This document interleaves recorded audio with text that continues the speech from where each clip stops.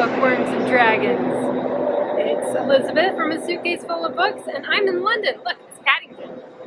I'm in London to meet up with a group tour that's run by Haley Solano and her Enchanted Book Club. But I have a day in London ahead of meeting up with the tour, and so I thought today that I would go take a little self-guided tour with the StoryTourist app.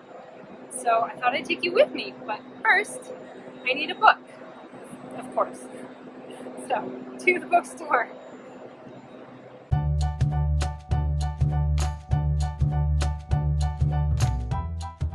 Okay, but first I had to pop my head into the Paddington gift shop because when in Paddington.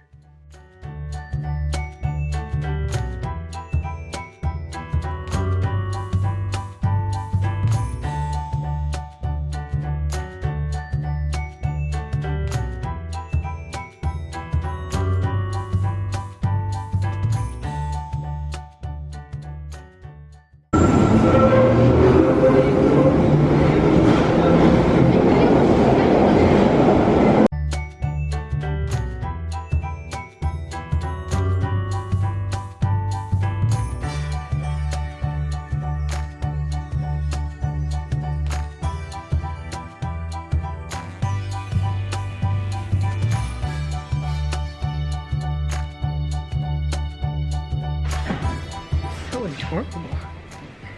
So the reason I came here is because this book, the edition of the book that I wanted is not actually out in the US yet, but it is at this Waterstone, and I was able to find that online, so I came here and picked up the book.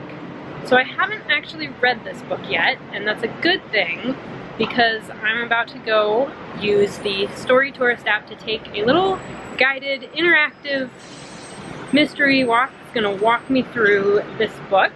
So I'm going to go take the walk and then I'll read the book tonight.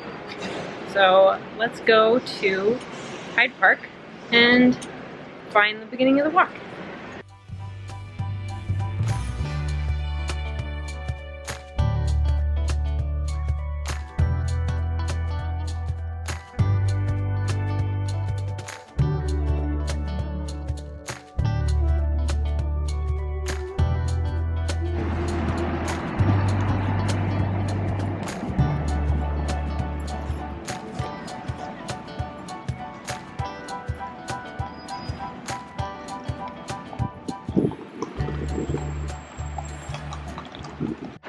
I've never done one of the StoryTourist app tours before, so I'm excited that I can do one now because they're only in select cities. One of them is London.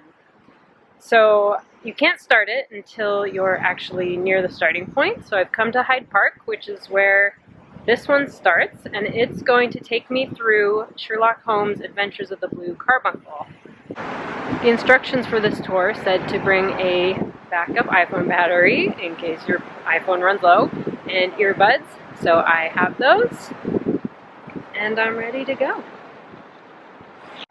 This tour takes me from Brooks Gate, where I am now in Hyde Park, to the Sherlock Holmes Museum at 221B Baker Street, of course, and it's, I think, about a 1.5 miles or so walk.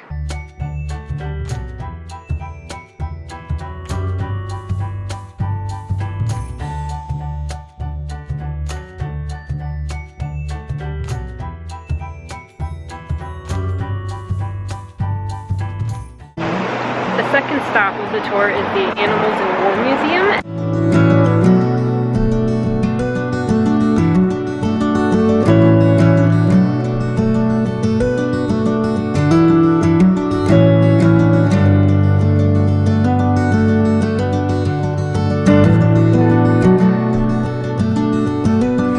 And it seems that I am being walked through this tour by Dr. Watson, and he's telling me the story as I go. Some experience within the field myself, And there's going to be some interactive puzzles that I have to figure out, and I don't know what the answer to this mystery is. I've never read the story, I don't know the ending, so I'm kind of excited that this is walking me through a story that I don't actually know.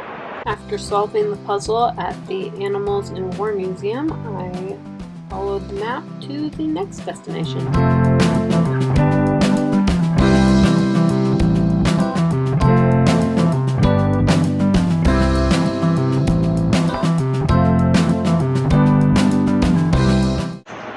next stop is at Grover Square, so I'm here now. And it seems that Watson keeps up a running commentary as I walk. I think he must be reading through the book. I guess I'll find out when I actually read the book whether it's word for word. And so at the last stop there was a little puzzle before I could continue, so I'm guessing there's going to be a little puzzle here before I can continue. And the only unfortunate thing so far I found about this tour is that I can't actually turn off the phone while I walk and put it away. It's a little weird to me to be like carrying my phone around the city as I walk, but if I turn off the phone then the voice goes away. So I had to leave the phone on and follow the map and listen as I walked. So now I'm going to go find out what part of the story takes place here in Grover Square. The interactive puzzle for this stop had to do with this monument, but I'm not going to give you any hints about what the answers to the puzzles are during this walk. You'll have to come do it for yourself. So once I figured out the answer to this puzzle, it was time to move on to the next location.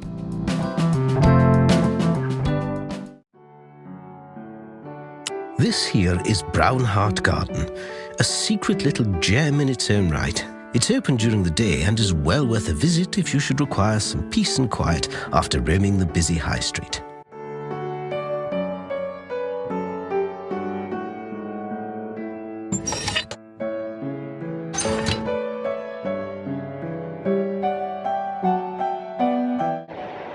This puzzle required me to answer some questions from the audio that had played while I walked, and I'm afraid I was a little busy watching traffic and the sights around me. So this puzzle was a little more difficult because the last one was identifying things that were on the monument in front of me, and that was easier. So next I'm off to, I think it said Oxford Circle or Street. So on to the next stop.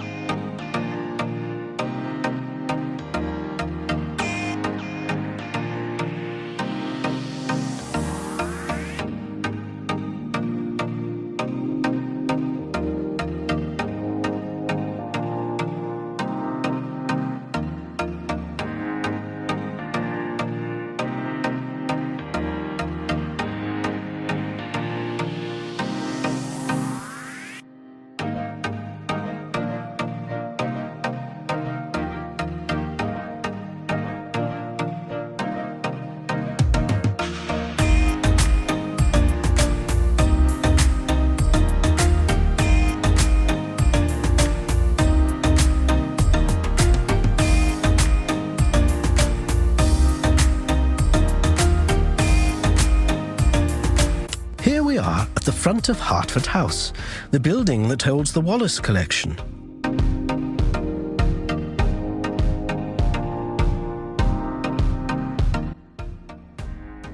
This red brick building right here is the Manchester Square Fire Station.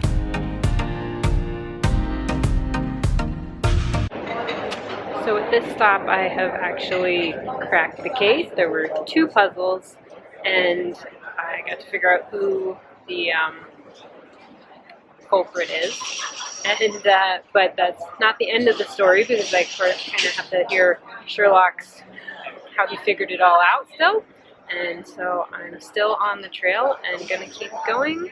And I've got the Sherlock statue location next.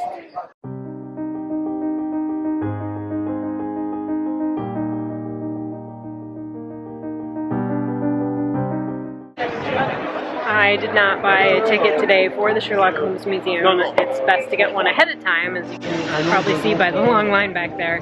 I wasn't sure what time I would end up here after the tour, so that's why I didn't buy a ticket. But that's okay because I've been there before, so I'm not too disappointed. And I think I'm going to go console myself by going to another bookstore. But this was a great tour. It was fun and I enjoyed it. It was fun to do the little puzzles along the way. I love that it was interactive. The art was really great in the app. And I would definitely recommend doing another one. There are a couple others in London, and I will not have time to do them, unfortunately, because I've only got a day here.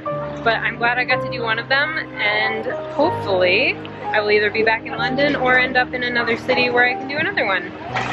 So I hope you enjoyed that tour with me, and for more bookish content, I hope you'll stick around, subscribe to the channel, and the blog, and the Instagram, and I will talk to you later.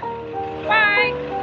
Time to find out if the words in the tour were directly from the book or not.